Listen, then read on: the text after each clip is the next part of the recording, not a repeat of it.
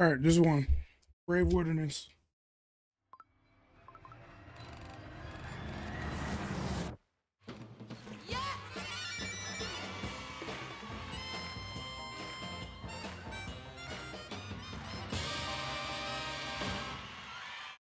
So I thought this girl was working out like crazy, but she wasn't. I met her yesterday at the gym, and I asked her, how do you look so great?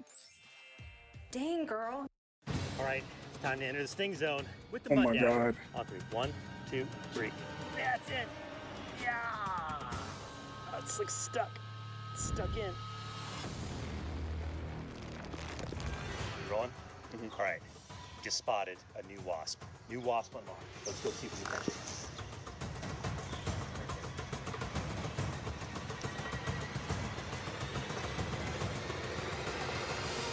Got it. Okay. Yes, got it. Okay, let's go. Let's go. Oh yeah. Okay, we got it. Yeah, he good at Awesome. All right. Let's see if I can. catching shit. Looks like some kind of mud dabber. He's grabbing it with his hands. Hey, no. You got a jar. Ah, look at that, guys. We got it. That was awesome. This is what is known as a mud dabber wasp. They're called that because they make a mud nest. And they're Mud usually dauber. solitary when you see them out. You don't usually see a swarm of a mud dabber wasp. They're also called a thread-bodied wasp. You see that thread-like bridge between their abdomen and the main body? That is a distinct characteristic of these wasps. And they can use all kinds of things to build their nests. They can use sand, mud, anything that they can use to build into that tunnel. In fact, you know what? Why don't I show you what a nest looks like? Hold the phone. I know where one is. I'm gonna bring it to the set. 1 second. Here we go. So, This no, nigga got a whole. this is not what the wasp makes. Okay. This is a plastic container that's just outside of the reserve that we're staying at. But if you get your camera in tight, see that little tunnel Oh, of mud? I thought he had an actual That is one the like nest of a mud dabber. See if anybody's home. in the box. Oh yeah, somebody's definitely home. All right, don't fuck with him too much. Whoa. All right, They remember that one took people. off. I hope you saw that. Good thing we already caught one because that wasp took off. Let's go back to the wasp that we caught. I'm glad that we found this one because we have been getting a lot of questions. These wasps are found all over the world, and there are hundreds, no, check that, thousands of different species of these thread-bodied wasps. And people want to know, can they sting? They're not aggressive. People rarely get stung by mud dabbers, but I am curious, can the mud dabber sting, and how bad does it hurt? I think it's time to put this wasp on the bite sting index. Let's set up the table. All right, just like that, we have another insect to add to the bite sting index. I've already Like been I said stung before, bro, 3 times on he this getting a trip. bag. So far, I have the 'Cause trap ain't no jaw freaking ant, way. the bullet ant, the warrior wasp, and now I'm about to add the mud dabber. And the reason why I'm going back and I'm doing all these stings here in Costa Rica, where I have experienced stings before, is because we have this brand new bite sting index. Why reinvent the sting index? Well, a couple reasons. First reason is bites. The original sting index did not include bites. The bites of arachnids, the bites of insects, and other creepy crawlies that we like to experiment to describe the pain and a lot of the educational facts about these creatures. The other thing is pain in itself is not the only factor when it comes to stings. There are other really important considerations like intimidation, which is one of our factors. Intimidation of an animal absolutely changes how you feel about the pain of the sting itself. And then of course we have the pain, and then at the end we have the aftermath. What happens to you after you're stung or bitten by some of these insects is oftentimes the worst part of it. So we wanted to make sure that we encapsulated the full experience of these bite and stings, and then we take all of those scores, average them out to a ranking on the BSI for every creature that we test. And I think it's time to get a closer look at this wasp. Let's get it out of the container. You guys ready? Let's keep the net close by, just in case we get an escape artist here. Mm-hmm. All right. Go for a grab. Not a grab. Not a great grab. Gonna have to redo this grab. Oh, what if it stings you? Oh, I see the stinger already. Oh boy.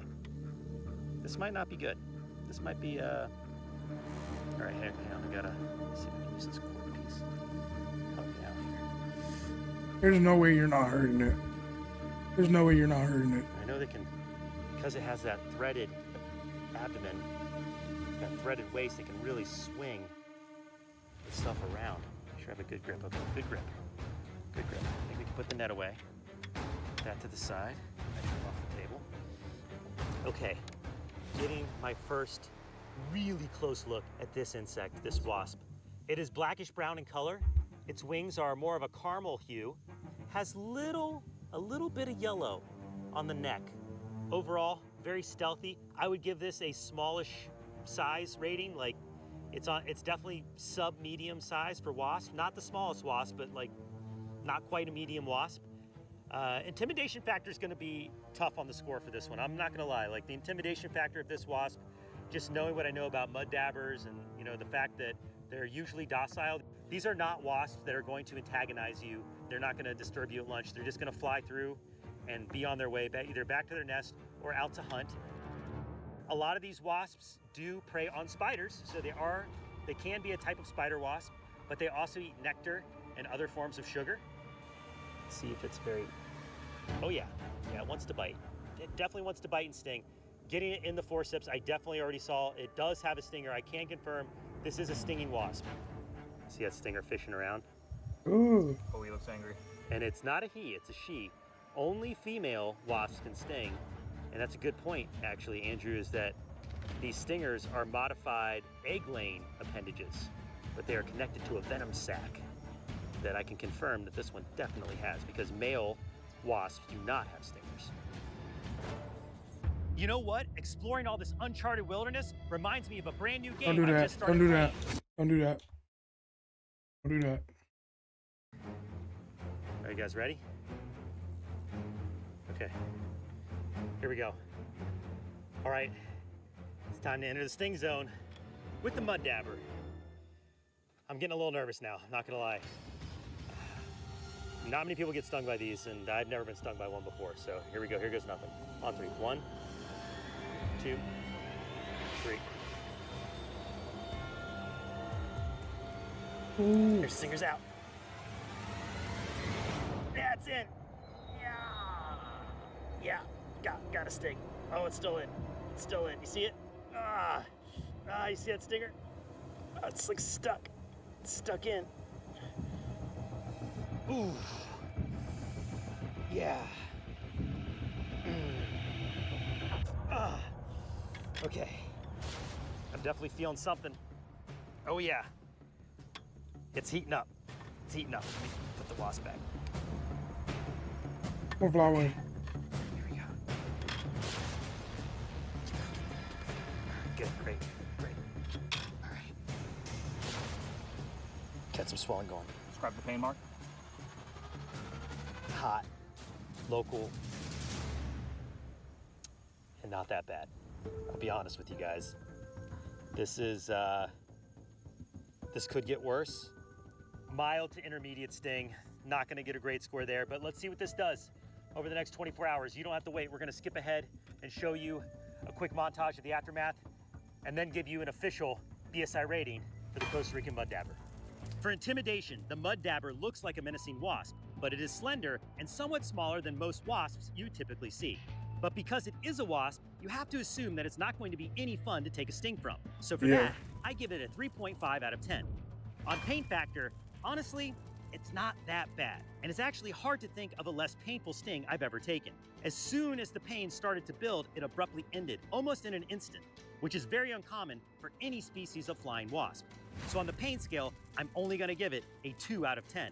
Last but not least, the aftermath, which was a much more typical wasp sting reaction. The swelling and itching was mild, but it lasted for around 3 days. And honestly, once again, not nearly as bad as any other wasp I've ever been stung by. So for that, it only gets a 2.5 out of 10, giving the Costa Rican mud dabber an average BSI score of only a 2.7, which is the lowest I have given to any species since starting the BSI. Needless to say, this is one insect You're still not you getting really stung by one. don't need to worry about. But Still don't not getting forget to stung check by out one. Beast Lord by clicking the link in the description. I'm Couldn't going to be it, show man. you